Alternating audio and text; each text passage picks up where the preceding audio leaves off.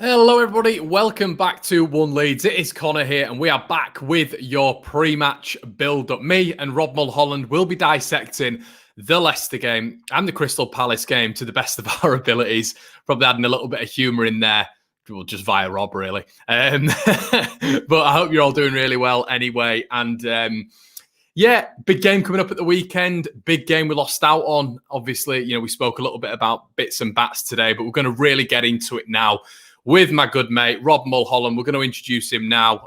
This is probably better than half of his stand-up introductions, to be honest. Rob, how are you doing, mate? I'm all right. Cheers, mate. Yeah, absolutely beautiful. Love coming on stage after that. That'd be great. But yeah, I'm doing all right considering, the state of the world and the week Leeds have had. I'm doing okay. Which is the state of the world, isn't it, really? That's all we're focusing on, Leeds losing. Oh, mate, I could not care about any election, any lockdown, nothing. Could not care less. We've had a bad week because of the game. Yeah, it is, mate. It's been a bit of a dodgy one. Now then, says Finn. Hello, Joe Madigan. Loads of people in the chat now. This is great. Hope you're all doing fantastically well. Rob, what's been going on in your life, mate? Well, so on Monday this week, 'cause obviously, we've known lockdowns coming. I wasn't in a position to turn down any gigs. And also, so this week there was a big, there's a comedy competition called the Beat the Frog World Series in Manchester. I've got the trophy for it over there. I won it a few years back. It got me into comedy. They had me back to close the show on Monday and help out with the judging and stuff. So that meant my attention was divided between trying to judge new comedians and watching Leeds get taken apart by Leicester. So I had my phone set up and people kept trying to ask me things. I was and there was one point where we got back to 2-1 and I went on stage and then I came off and yeah, I was like, I think we might, now we're going. And then I came off and I was like, right, okay. So yeah. Mate, I think afterwards, when it went to 2-1, I think we all thought the same. But God, it was. I mean, initially, mate, your thoughts on just the 4-1 loss, really overall. I know you didn't get to watch it, but I know you've seen a little bit of the highlights. Yeah, I've watched as much as I can back. Look, I was going to watch the whole 90, but then I just couldn't bring myself to do it. I'm too depressed this week anyway, so I spared myself. But yeah, I've been following along with a lot of it. And look, going into it on the build-up show last week, I was full of beans, wasn't I? I was, I was so cocky. I was like, you know what? I reckon I've just got a feeling about this one. I feel like we're going to do well. And look, right, if I could accurately predict football, I wouldn't be here now. I'd be on my private island, in my mansion. I flubbed it on that one. But from what I've watched back, I've pretty much all the game now, to be honest with you, the amount of stuff I've seen. It was one of those where Leicester are a team that are set up in a way that, it can cause us real problems, that sort of pace on the counter. They're a really, really good side who did really well last season and will do well again this year. And yeah, we got picked off a little bit, but there's a few key moments in that game where when you watch it back, especially without the intensity of being during the match, there's huge moments that could have flipped the whole story. I think it could have easily gone the other way if you look at just some key moments in the game. Obviously, it didn't, and we were caught out in a few key areas, and we had some serious issues in some areas. But it wasn't like we were absolutely abject, I don't think. And it is one game, Yeah, I think it's a good point, mate, and I think it's key to watch games back, isn't it? I mean, I've always found it really hard, and from a professional standpoint, I really try to do it, but I've always found it really hard from a passion perspective to watch it back. 'Cause it just hurts watching it, doesn't it? I hate it. It took me about 2 years to watch that Derby performance back. Oh, mate, I've never watched that. Mate, I literally only watched the episode of Take Us Home that featured that once we'd been promoted. I couldn't do it. I couldn't watch it. I watched the first, however, I think is there 5 episodes in the season, however many it is. I watched all of them and I just stopped before that one because I knew it was going to bum me out. So yeah, I had to, literally when we got promoted, I woke up the next day and I watched it. It's a little bit of that was the only way. It's so painful. So yeah, my plan was to go to the, this gig and then get home and watch the full 90. I do it all the time when I'm gigging and there's games on. I just watch the whole game, when we've conceded 4, I just couldn't quite do it to myself. So I have now. I've watched. I did watch most of the. I watched pretty much all the first half while I was watching it, and then patches of it. So I missed about 25 minutes really, but yeah, I don't want to see it. I've seen the goals. It hurts. But I've got a bit of a question. Have you ever had a gig where you've missed the game and we've had a really, really good result? Is there any that sticks out? No, well, obviously, the really, really horrible one. When we beat West Brom 4-0, I was gigging. Oh no! Yeah, obviously I got straight home and watched the full 90, and I've still got the memories, and I was following it along. The hardest I've ever had though, mate, I can't remember what game it was because this was in the dark times before Bielsa. I had a gig once where Leeds were playing, and because of a mirror at the back of the room, I could see it on telly while I was stood on stage. Oh, no. So I was watching it in the side room of this pub. I walk on stage, and then the Leeds game's in front of me, and I'm trying to concentrate on talking to this audience. And there's literally a bit because I record all my sets to for post game analysis. There's literally a bit where you can see where we've missed an easy chance, and I've gone. It's brutal. They have no context of what's going on at all. Yeah, I'm just suddenly disappointed in the middle of what I'm saying. Yeah, it was. This was a hard one on Monday because, it's hard to tear myself away from it. No matter what's going on in my life, especially with the high run now, mate. I mean, would you go as far as to saying sort of it was maybe a little bit of a reality check? Because I think against City, we're obviously brilliant. Against Liverpool, I don't think we deserve to lose. Wolves, potentially, I guess it could have gone either way. It was a 50-50. I think draw was a fair result in that game, myself. Yeah. And then this game, it seemed to be the first one really where we've sort of had a bit of a hiding. Yeah, and look, it's a wake-up call for me. But I don't know if the squad needed it. I think the squad take it incredibly seriously. And look, Marcelo Bielsa won't let them get cocky. He won't let them get overconfident. But on the flip side of that, he won't let them get too knocked by this. I think it's one of those games. I think it's going to happen this season, especially the way we play. We're high risk, high reward. And that means that occasionally you're going to have games like that where you're picked off by And look, we're not going to play teams who are as good at counter-attacking every week. Leicester are exceptional. They're one of the best counter-attacking teams in the world. And I was full of beans and confidence last week. I didn't mean to dismiss them. I was more full of how good we are. They're a very, very good side. I don't know what it was, mate. I mean, obviously you didn't catch it live and you were watching it seemed that just everything. We were so off from the start, sloppy passing. The conditions seemed to we didn't adapt. And it's it's raining for both teams, obviously. But it was just, they seemed to be, we were trying to play our crossfield balls. They were intercepting the crossfield balls, pressing us high. And there was a complete lack of press from Leeds. And we said in the build-up show last week that the way we beat Leicester is by putting that press on the midfield and overturning the ball.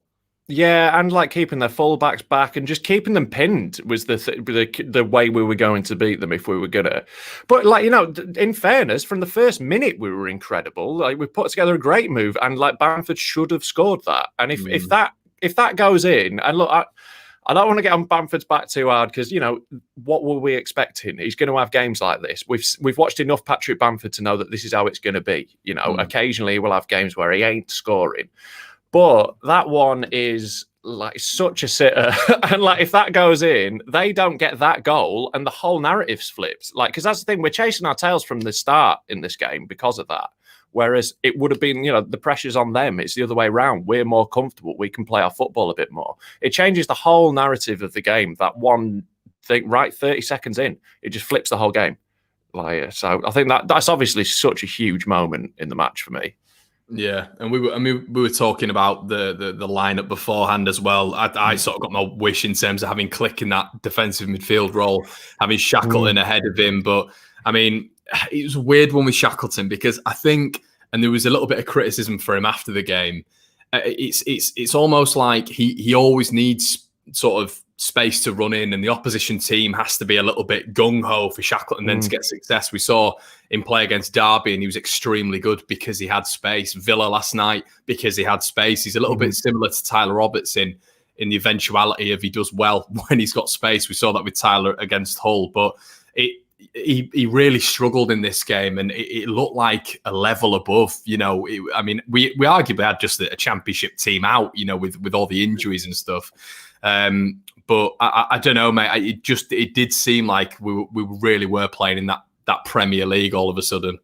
Yeah, and I think there was a big element of that, but there is, this was essentially like just a complete second choice midfield for us is the problem. Yeah. Like we were really lacking in that area. Like, look, Jamie is a young lad who will learn, and playing in those tighter areas. I don't know whether your decision making maybe comes into it more in those in those sort of tight areas, and that's something that hopefully he'll develop more.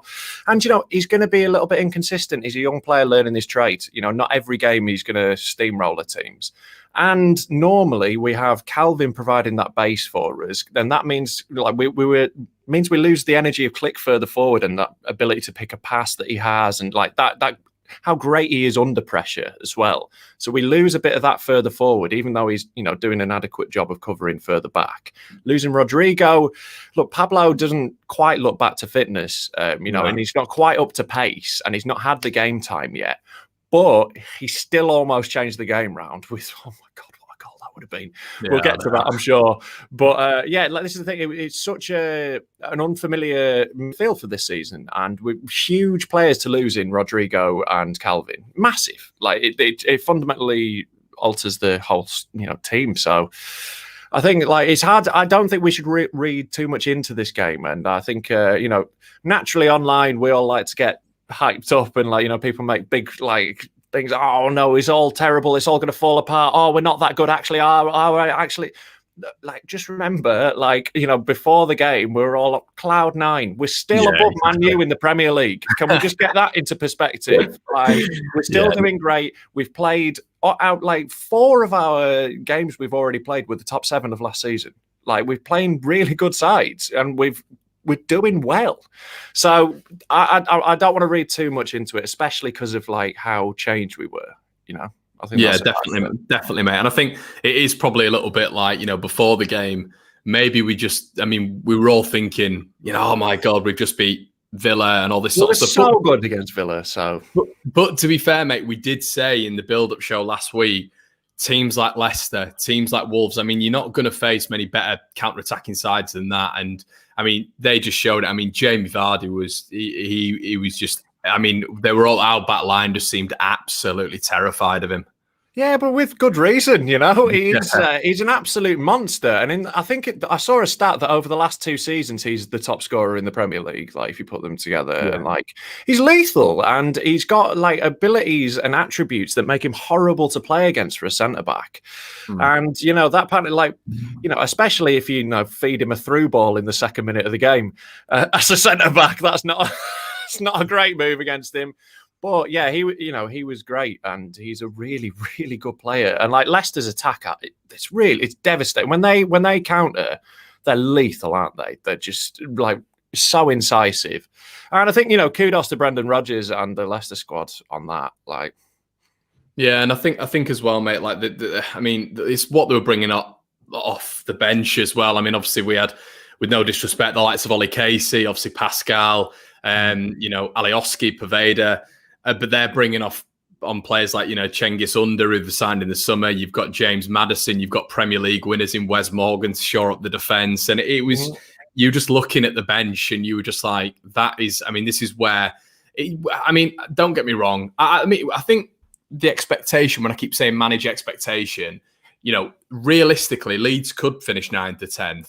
But the optimum, like me and you keep saying, is, and the only objective is to finish 17th, isn't it? Yeah, this is it. That's a really successful season. And obviously we've got to shift our mentality, because we're used to, as Leeds fans, even when we're shit, expecting us to win, And we will win more than we lose this season. And we've all got carried away, and we've all gone, Christ, we're going to be challenging for Europe, and we might. But we've got to remember, we've just got promoted, exactly. And we've just got to be better than 3 teams in this league, and we definitely are. So, I don't think it's one to get too concerned about. I think it's just going to happen every now and again. And, on the point of depth, I think that was evident because, Leicester had a lot of injuries as well and still had a team I think they had about 9 or 10 injuries. Yeah, and like you look, so they had the same thing, but they have a much bigger, deeper squad in that. We keep a tight ship when like Bielsa wants that. He wants a small squad. This is a consequence of having Bielsa as your manager. You can't have Bielsa without his flaws, and they're not even flaws. There is reasoning behind it that he doesn't want players getting disillusioned with not having game time. So he'd rather have the players who might not play every game be younger players who are hungry and don't care about being on the bench. It's for team harmony. So he has, there are benefits to it, but the downside of it is if someone gets corona and, someone else gets a knock while they're on international duty and someone else pulls a hammy, suddenly your squad looks a little tight. And that's what happened to us, Big players we lost as well. It wasn't just any old players, we've lost some absolute huge key parts of the team. So, If Leeds are coming up against teams like Crystal Palace, like Burnley, who are obviously very different sides to Wolves and Leicester, but they'll have known the blueprint last year of Sheffield Wednesday and Luton and Wigan and examples like that. Yeah. What are you expecting? Sort of all the teams in the lower half of the table, and maybe even teams in the upper half of the table, to start just playing a low block against Leeds and looking for opportunities? Because from what I've seen so far, I mean, that's where we've struggled. And I know the top teams, of course they are, but there are top quality players, aren't they, at every club really? I mean, you look at sort of an average side in this division, and we're coming up against the likes of Wilf Zaha this weekend. So, I mean, I guess my question is, Robert, I mean, what do we do to sort of counteract that? Is it better Leeds playing against the top clubs because the top clubs are just going to come at us gung-ho? I think there is an element of that. Like we struggle more when we're the overdog. We like the underdog status, and we're not always going to get that in this league. There are going to be teams who do set up to try and stifle like that. But what we will do is carry on playing exactly the same way, and we will play 40 crosses into the box and hope one goes in. It's how it's going to be, and it's just going to be a case of playing the numbers, and eventually over the season we're going to be absolutely grand. It's just we're going to see a lot of that though, but a lot of teams aren't good enough to do that to us. And what we've seen with those games is where teams attempt to do that, it can go one of two ways. If we don't score, eventually it can start getting frustrating and they might nick something, or we get an early goal, they've got to come out a bit and we just destroy them. So it's not every game is going to go like the Leicester one. Other teams aren't as good. Like, I wouldn't be worried about Burnley playing a low block against us. Of course they will. Who cares? We're better than them.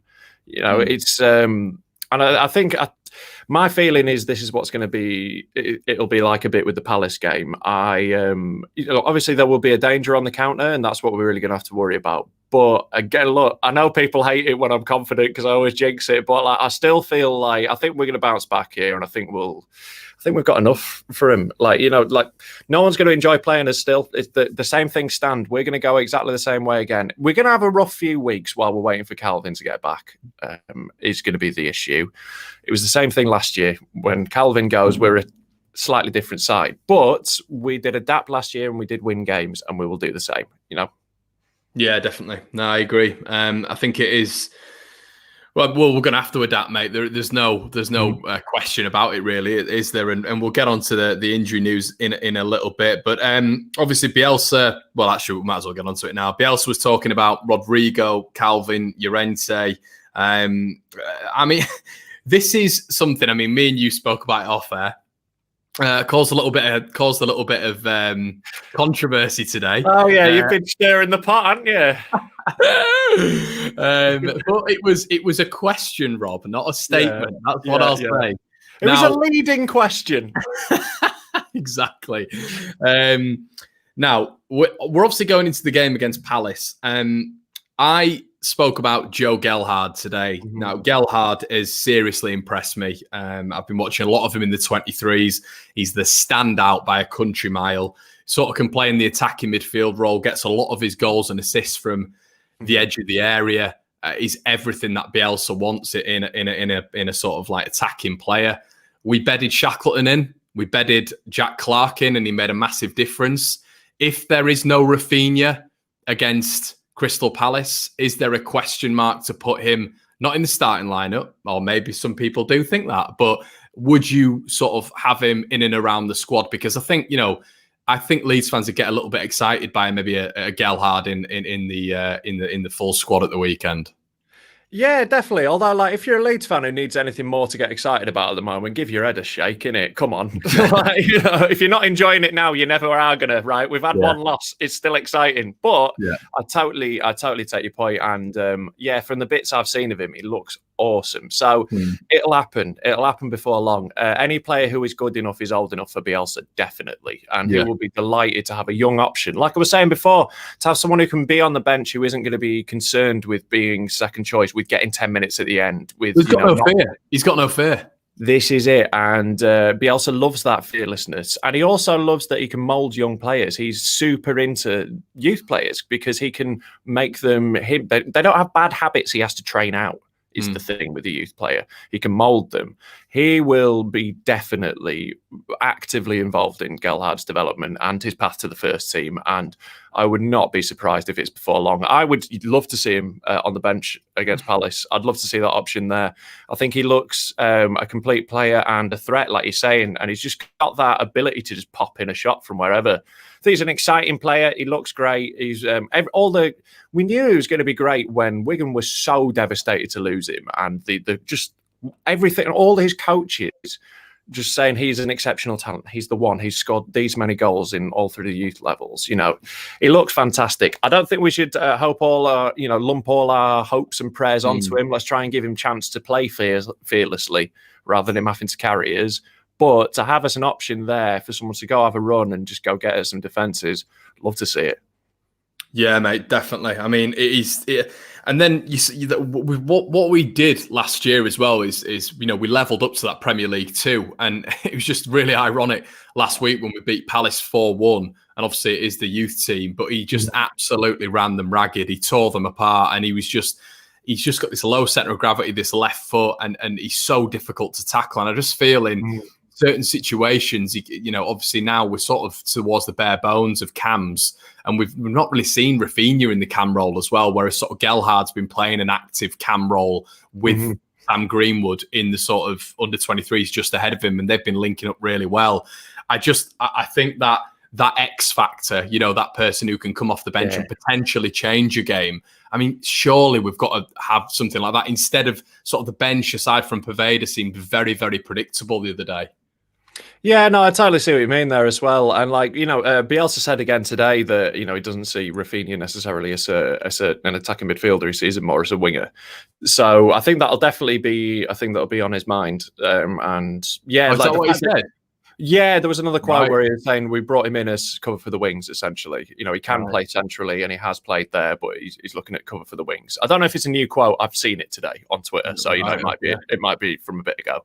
But yeah, so I think that's definitely his path, and also the fact that he's versatile enough to play us the number 9 role as well. He can play the 9 or the 10, so that will impress Bielsa. Yeah, I don't think it will be long before we see him. I would be amazed if we're not starting to see a bit of Gelhardt with how well he's doing in the 23s and how connected the 23s are to the first team by Bielsa.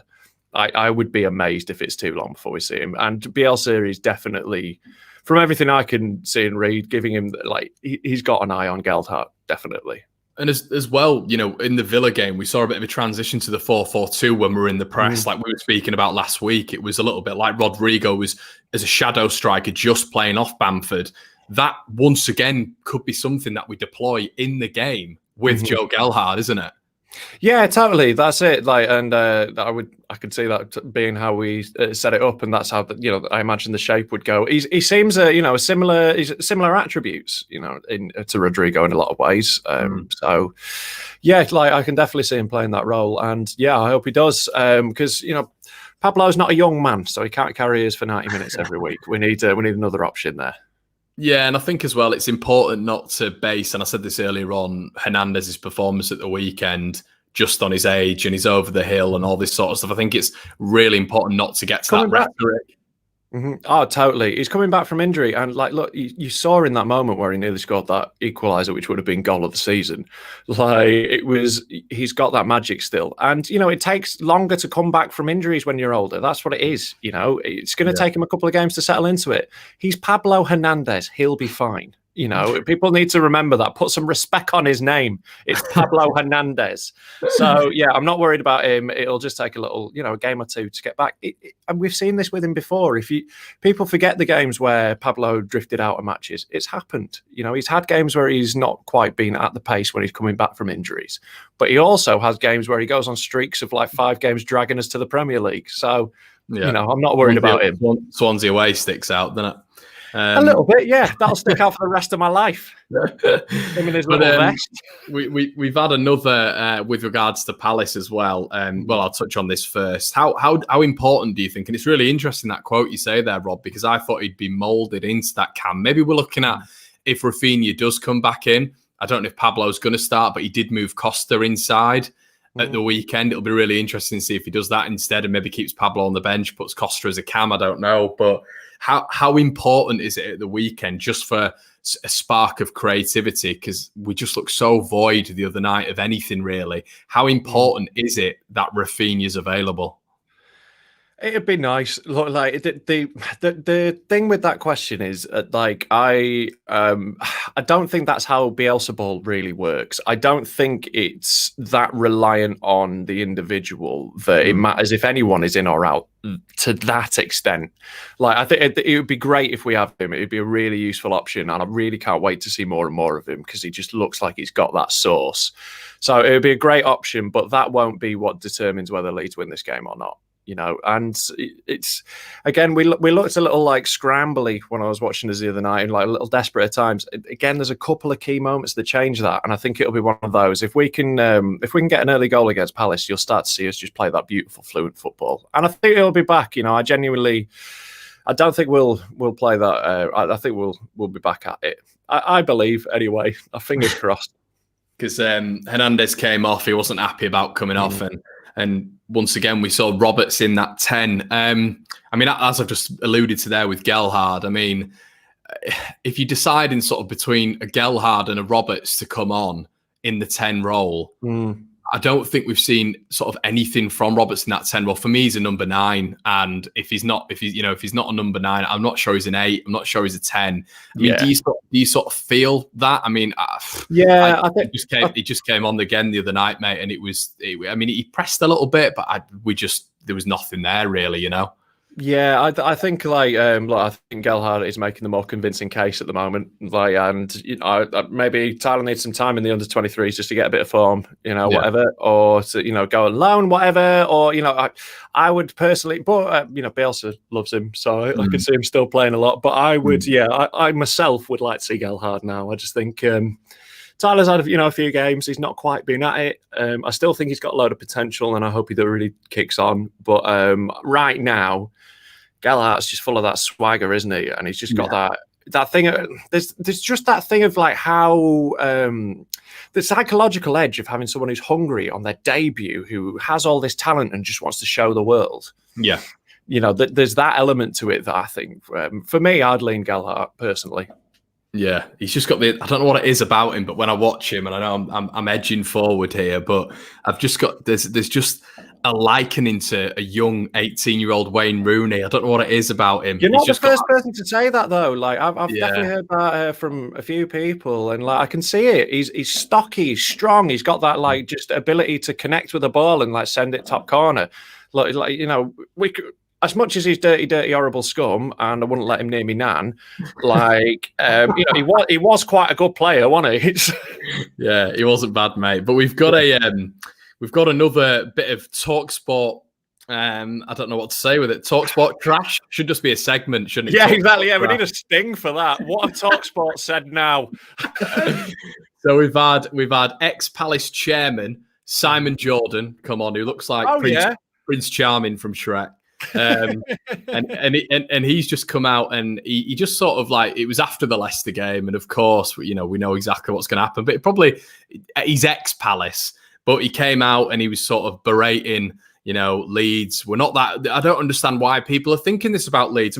Obviously Leicester were going to beat this, and I quote, they ain't that good. And I think it's and I know they do it for nibbles and all this sort of stuff, but it just makes me laugh how you actually get these ex-pros coming on and feeding the TalkSport nibble brigade, and they'll come on and just make themselves look daft. And yeah, Simon Jordan is sort of up there with Gabi Agbonlahor as becoming the sort of hated figure of another club this week, talking about Leeds. Yeah, coming out and saying that we're not, that he doesn't understand the hype, we're not that good. So yeah, no, I've been getting a bit of that as well. Like, it's such a lazy talking point, isn't it? Like, my good mate and colleague Freddie Quinn, who is he's a comedian and fat prick, and he's also a Man United fan, right? And like his thing at the moment, it's like text me like, "Oh, yeah, the thing is, whenever you play a decent side, you get battered." So I just sent him back a picture of the table. Like, talk to me when you're ahead of us. I'm not having that. Like, shut up. And then obviously I've sent him a lot of pictures of Man U's defensive shape last night. But it's such a lazy, stupid thing to say. It's not having any nuance of it. And it's this thing that everything has to be 5 stars or 1. Leeds have to be the best team ever, or they have to be trash. Like, we're a good team who will finish in the middle of the pack, who play beautiful football, right? We don't have to be either Barcelona under Guardiola or Derby in that season that they got 16 points. There can be nuance to it, and I think that TalkSport obviously never want any of that. And Simon Jordan can do one. And I think John H has just said in the comments there, I don't think Jordan said anything too controversial, to be honest, when you read the full quote. But it's not that which I think annoyed a lot of Leeds fans. It's the fact that it's any time Leeds are in for maybe a bad result, they jump on it, and then they'll get someone in the footballing world to come on, they'll poke them, and then they'll always say something. And it was just, he doesn't understand the hype, and Leeds ain't that good. And it's like, well, I mean, if you watched us, if you watched anything we do, if you watched our sort of movement from the Championship to the Premier League, if you watched our first 7 games, because for me, we've been very, very good. No, absolutely. Like, this is it. It's not people who've watched all our games who make these comments. It's not people who are analysing it seriously, and that's why I can't be bothered with it too much. Like, it's just we're coming at things from 2 completely different understandings, and it's just not. There's no middle ground I can make. The only way I can prove to you what I'm saying is if you sit down and watch those games. If you make that effort, and if you still have that opinion, well, then I can't help you because you're stupid. But it's just. It's one of those arguments. I'm just all right, well, it's just not anything you can debate because it's just pointless and wrong and not based on any actual facts. We've been really good and we will continue to be really good. And we're not going to win every week, and some teams will turn us over. But we will continue playing fantastic, romantic, exciting football, and we will grow and we'll develop. Yeah, definitely. Crystal Palace, Milahajlovic, their set piece god, is out. We sort of struggled on set pieces the other day. We had sort of 11 corners. We were the bigger team. Do you think we've just got to get that element of our game right? And Robert, I also know that you're going to sort of probably come back with the point of Bielsa just does. I doubt he focuses on set pieces. And is that something that we maybe need to look at in the Premier League, or is there no point in even having a conversation about it? Well, Bielsa definitely does look at set pieces. There's no element of the game he leaves unanalyzed. He analyzes. We saw that against Villa, didn't we? But it just seems to go back to sort of ground zero against Leicester again. Yeah, well, this is the thing. Things to remember are corners are scored much less frequently than everyone thinks they are. They are not that regularly scored from. They're difficult situations to score from, and we will put a lot of them in without scoring. And sometimes we just have a bad day with it. I think we have improved a lot this season from set pieces. Personally, I think we look a lot more of a threat, and we look a lot more stable from them. Yeah, mainly thanks to Robin. It looks colossal from him. And we haven't really had a header of the ball like him since Janssen left. So that's been a key factor. But it's never going to be the key focus, and we're never going to tailor the way we play towards that.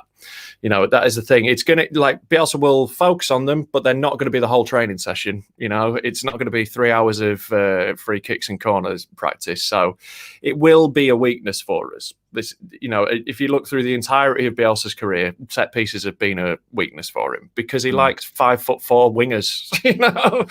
So it'll be an issue against Palace that we're going to have to look out for. It's great that Milahajlovic, he's out. The set piece taker is out. We'll just call him Mickey. We'll just call him Mickey. Mickey's out, so that's good. But yeah, it'll be an issue against them again. I'm afraid there's not like a nice answer you can give you there. And like also like losing Calvin there is an issue because his delivery is great. So yeah, Wilf Zaha. I've sort of circled him here alongside, Jamie Vardy in sort of a similar vein. Is it going to be a play off the shoulder thing again, in your opinion, from Palace, maybe sticking him up front and just trying to? They'll be looking to get him in behind us, definitely. They're not going to try and play through our press. They're not going to try and complicate it. That's not what Roy Hodgson does. The team will be narrow and compact, almost laughably so. But I think we will just dominate the flanks. We will take all that space around them because they set so narrow.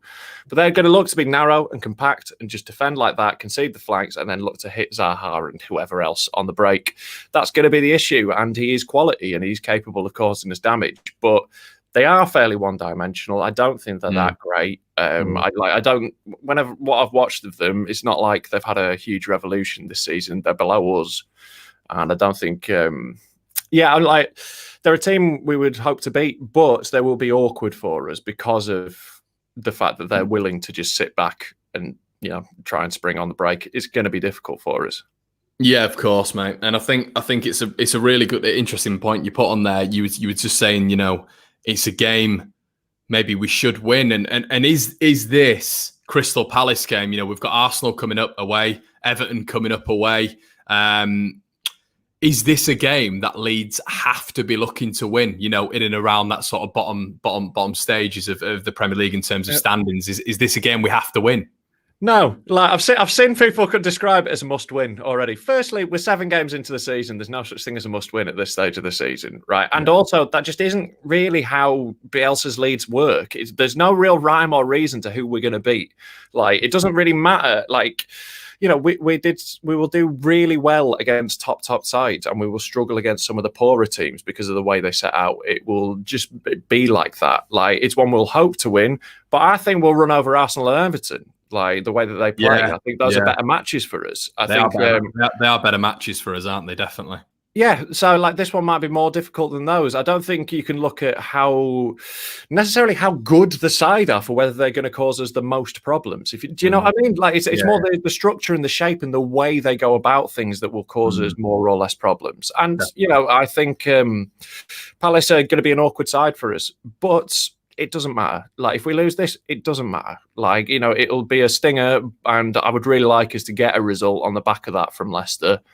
But we will keep approaching every game in the same way. And it would be great for morale and confidence to get those 3 points. And I would back us to do so. But if we don't, let's not start panicking. Let's not have heads falling off. We're still doing great. We're still amazing, and we will be fine. Yeah, and I agree, mate. I mean, I think against Leicester, it was the first bad performance we've had in 7 games, which in the Premier League, when you've been playing Man City and Liverpool, it's not a bad return, really. And Villa off the back of humping Liverpool, we got to remember. People talk about Villa now like they're nothing, but 2 weeks ago they were the best team in the country that we were meant to be scared of. The season's still establishing itself as well. We're so early into it, you can't really read too much into what's happened already. And it's not a must win. It is a really nice to win, but there's no such thing right now, I don't think. And I don't think we should be heaping that pressure on ourselves. Yeah, definitely. Interesting comment. A lot of people in the comment section are sort of lightning on this one. Molly Coltart has come up with something that a lot of people seem to be agreeing with in the chat. Back 4, Dallas right back, Ayling and Cox centre back, Alioski left back. Is that obviously we know that was the sort of backup at Villa, and obviously we were brilliant against Villa. We saw a very different sort of back line against Leicester. What's your take on that, mate? Well, it worked against Villa, so I see why people would want to go for it. It worked great against Villa, but it was a different game and in a different context. And Liam Cooper's a great player, and he's the captain and is a leader, and he's had injuries, he's been in and out. I'd like to see him have the chance to fully establish his place back in the side, and I'm sure he will. And I'll tell you what, Rob. I think, and this is why people are a little bit because obviously we saw Liam come back in, first came back from injury, of course. But we've seen probably Robin put in brilliant performances this season. We've seen Dallas put in brilliant performances. I think to sort of silence the haters and people who are saying, he's not Premier League ready, he probably needs to have a very solid, like every centre-back does coming into the Premier League, he probably needs to have a very, very good game. And then everyone will be like, oh, okay, yeah, I was wrong, like Bamford did. Yeah, and I think I back him to do it. I hope he does, and I think he will. Like it's been really difficult for him this season. It's been really stop-start. But, he definitely has earned the right to take a few games to get back, like he's earned that. And also, like, look, like I like Alioski left back, but like we've got to remember it hasn't always worked. It's like, it's very easy to draw conclusions from that one game. But when we look at it, like always in the vast amount of games, there's been games where Alioski's been a liability at left back. There's been some where he's been fantastic, and that Villa game was one of them. And also, Luke Ayling is such a good right back and offers us so much in an attacking sense. And he's only played once at centre back. He was brilliant, absolutely brilliant in that one game. But I think we miss him at right back. I think if we can get to that where we will. But if we end up with that back four, I think that's great. I'm not going to be upset at it, but I don't think that's what it'll be. No. I think this is the problem with doing like build-up shows with Bielsa as your manager, in it, because like no matter what we say, he's just going to carry on doing exactly what he wants. But you know what, Rob? I think you always get people who would just be like, trust in Bielsa and faith in Bielsa. We have utmost faith in Bielsa, but it's nice chatting about the club. Exactly, it's still interesting to talk about. Yeah. If we can't comment on Leeds United in this period of our history, whatever it's going to be. I mean, heck, I don't want to be talking about Leeds, under people like Steve Evans. Hopefully that won't ever happen again. Yeah, if it does, I'm off to support Geisley. Yeah, so with regards to Palace, they are the joint lowest scorers outside the bottom three. Do you know who is the next joint scorer with them, lowest scorers? Oh, is it them dirty lads from across the Pennines? It's not. It's Wolves.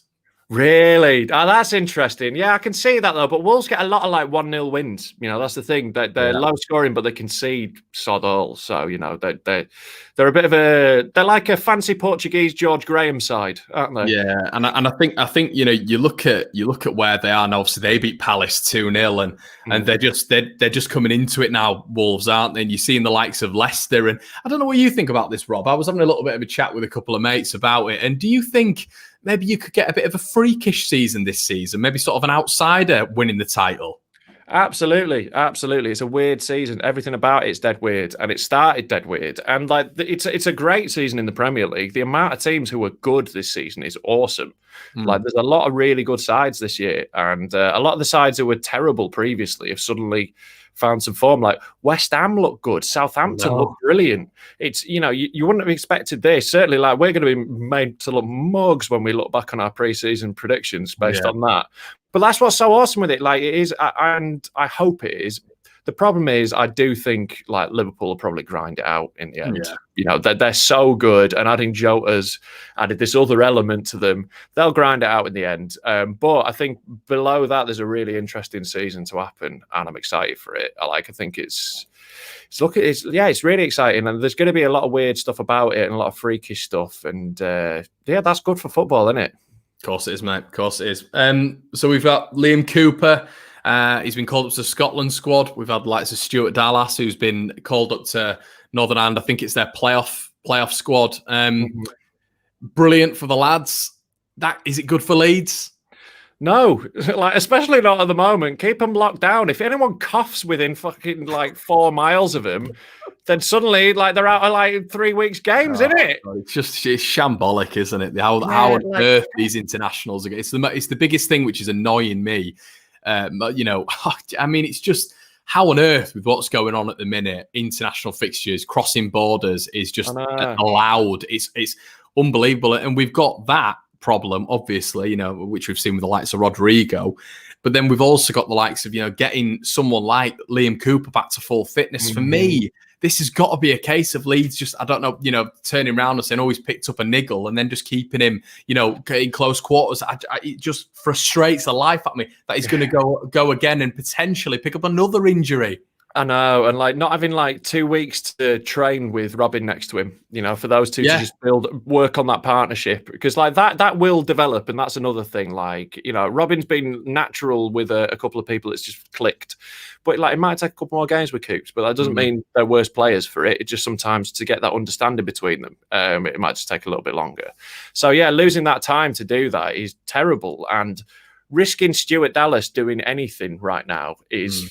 It terrifies me. Stuart's so important to how we play, and he's been so colossal that, I'd like to see him wrapped up in cotton wool for the next couple of weeks. Like, pack him away under the stairs like an old tortoise. It is true, though, isn't it? And it just, you see Cooper being selected, and you think, for goodness sake. I know it's big games for Scotland, though. They've got a lot going on at the moment, so he'll want to be there. So good for him. I hope he does well. And I'm half Scottish. I do follow Scotland unless they're playing England, in which case then it's civil war in my family, and they decided I'm English. Exactly, mate. Exactly. But good luck. But just come back all right. That's all I hope. So obviously Palace at the weekend, big game. Every game this year is going to be a big game, but it's got to be important that we've got to get back on a good footing for me before the international break and that big sort of 10-day period. We've got to get back on parity, really, haven't we? It'd be nice. It'd be nice to go into it with that boost. But on the flip side of that, if we do end up having like a horror show, then Bielsa's got a couple of weeks to sort them out. Yeah, that's just kind of the way to look at it. It's a little bit of a reset, but it would be nice to go into it with a bit of form, and I think we will. I don't think I don't think that's going to rattle us too much. I think like the squad will look at it as one of those games. Because completely, if Bamford scores that in the first minute, if Pablo's shot just is an inch lower, if the referee buys Ayling's dive, then it's a totally different game, isn't it? That was horrendous, that wasn't it? It was bad. But hey, look, he loves a bit of it. We can't say, Luke Ayling, what here? We can't. Every other player does it. We literally bet on when he's going to do it every game. So we can't pretend. But that's all I'm saying. It could have been a totally different way around. So, and I think the squad will look at it like that, and they are full of confidence and full of beans, and they will continue to be so. I think they will take it as what it is, put it to one side, and go again. And I think, I think it's going to be tough against Palace. It always is. There's not going to be any like prediction shows this year where I'm going to be like, we will easily win by a mile, because I learnt my lesson saying that up against Leicester. Just the last four. Yeah, no, I didn't. Oh, and I never said it would be easy. I thought we would do it, but I think we'll nick it against Palace as well. I think we'll beat them, and I don't think they're that good. I don't think they are. They can cause us problems. They can definitely cause us problems, and we can lose to anyone at any point. But I don't think they're that good. I think we're a better side than them. Yeah, I think it's just key getting that link up between the 10 and Bamford, because that's seemingly where we just get a lot of joy, and it didn't once again work the other night. It did, but then again, Bamford had more chances the other night than he did against Wolves. It was a weird night. I don't know if the conditions played a part, but it was. They were horrid. Yeah, I mean, it's just weird with him, isn't it? It's because he knuckle balls that goal in against Villa, and then he misses a 4-yard header, and it's the life of Patrick Bamford, isn't it? You just don't know what to expect. Yeah, but it's also the life of a striker. Like Vardy missed a couple of dead good chances in the game against us. If there was a result on that, Vardy had gone through on goal and Melier saved that, and it'd have been 0-0. Everyone would have been looking at Vardy, wouldn't they? Exactly, and look, it happens to top class strike they misses. I think like an absolute world class, like Messi, Ronaldo level is like scoring 1 in 4 of your good chances. Yeah, so it'll happen, and we'll have games like that. And I hope I don't think it'll affect him particularly at the moment. I think he's in a good, in a real good space, and you're going to miss some chances, and it's happened now. I hope it puts it behind him and just cracks on. I'd love to see him get one against Palace. Yeah, mate. I mean, what would your sort of lineup be, mate? Are you sort of looking at a sort of changed back four? Obviously, you're thinking Strike or Shackleton. Where are you putting Click? What are your thoughts? I would like to see it moved around with like the back four. I think probably key passes if we can, like Dallas left back, Cooper and Koch with Ayling right back. I really love Ayling as a right back, and I think he really helps out the 10 as well because when he drifts inside, he gets another support in that little pocket. So I think that can be really useful for us in that position. Just getting close to Pablo and that link between Ayling and Pablo and Bamford can. Once that's just back fully clicking again. So I'd like to see it like that. For me, I reckon I might go Strike in the holding role. Just to release Click a bit more, like just getting further forwards. I wouldn't be surprised if we play just with the exact same midfield. I wouldn't be shocked. But I'd like to see Strike holding with Pablo and Click ahead of him in the other two midfield roles. And then, Harrison, Bamford, Costa, that's going to be your front three, isn't it? Yeah, definitely, mate. No, 100%. And if I can get a score prediction from you, Rob. I'm going to wind it in. Look, last week I was very confident. I think I said that we'd beat Leicester 3-0. So I'll be more cautious, and I will say 5-0 Leeds. No, I'm joking. I reckon 2-0. We got hammered a bit as well on socials, didn't we? I know we did. It was dead funny. We got blamed for it, like it was our fault. I'm just right. If you want an informed opinion, go elsewhere. I'm a comedian spouting off bollocks, right? This is what I do. What do people want me to do? Do they want me to come on and go, I think we'll get beat every week? Shut up. Rob, I've had it on socials before. I think it was last year. We lost at home. I cannot remember who it was to. It might have been mid-season. And I turned around and I said, we'll win this game. I'm confident of it. And then the amount of poison after the game, just going at me as if it was my fault, as if I was on the pitch. I know, as if you've missed a penalty. And I think someone said, keep your big gob shut next time. I was like, all right, yeah, great. Well, people are angry, people are upset, they've got to take it out somewhere. And look, it's better they write an angry comment to us than taking it out on their missus. So I'll take it. I couldn't care less. That's true. It's dead funny though. Like, because what do people want us to do? I'm sorry for being confident. Sorry for enjoying football. That's it. It's just like, oh God. Yeah. So, yeah, mate, I'd probably go with, I think it's going to be good that we're going to have Click in the midfield role. If Pablo is there, maybe that'll free up a little bit more space for him. I think we have got to be dangerous against the counter-attack. But I'm going to go, you've lifted my spirits a bit. I'm going to go with a 3-1 win. Oh, son. There we go. Clip me out. Clip it up. Oh, mate, we'll be back next week after we've had another roasting on social media. Oh God! Those people last week who were annoyed at us, they're going to be exploding now watching this. They've done it again. Yeah, we're going to get a lot of hate. But yeah, mate, I love Leeds United, and I think we're dead good, and I'm excited for us, and I think we're going to do well. I'm just positive. Yeah, that's it. And I've definitely changed since been around you, so that's a good thing. Mate, I've been eternally optimistic forever. I thought Steve Evans was going to get us promoted, so don't listen to me. No, I'll feed into it, mate. It's been good. Guys, if you wouldn't mind slapping a like on the video, you can find Rob. I'm just going to start saying it, Rob. I'm not going to tell you to say it. Do it. You can find Rob on the Rob Mulholland YouTube channel, which is very, very good, very, very funny as well. I've just filmed a video actually that I'm going to come. I think I'll put it out tomorrow morning. It's all about my opinion on Ryan Giggs. Guys, get over there. It's going to be as if you. That's brilliant. That is brilliant. It's very complimentary, as you'd imagine. Oh, goodness me.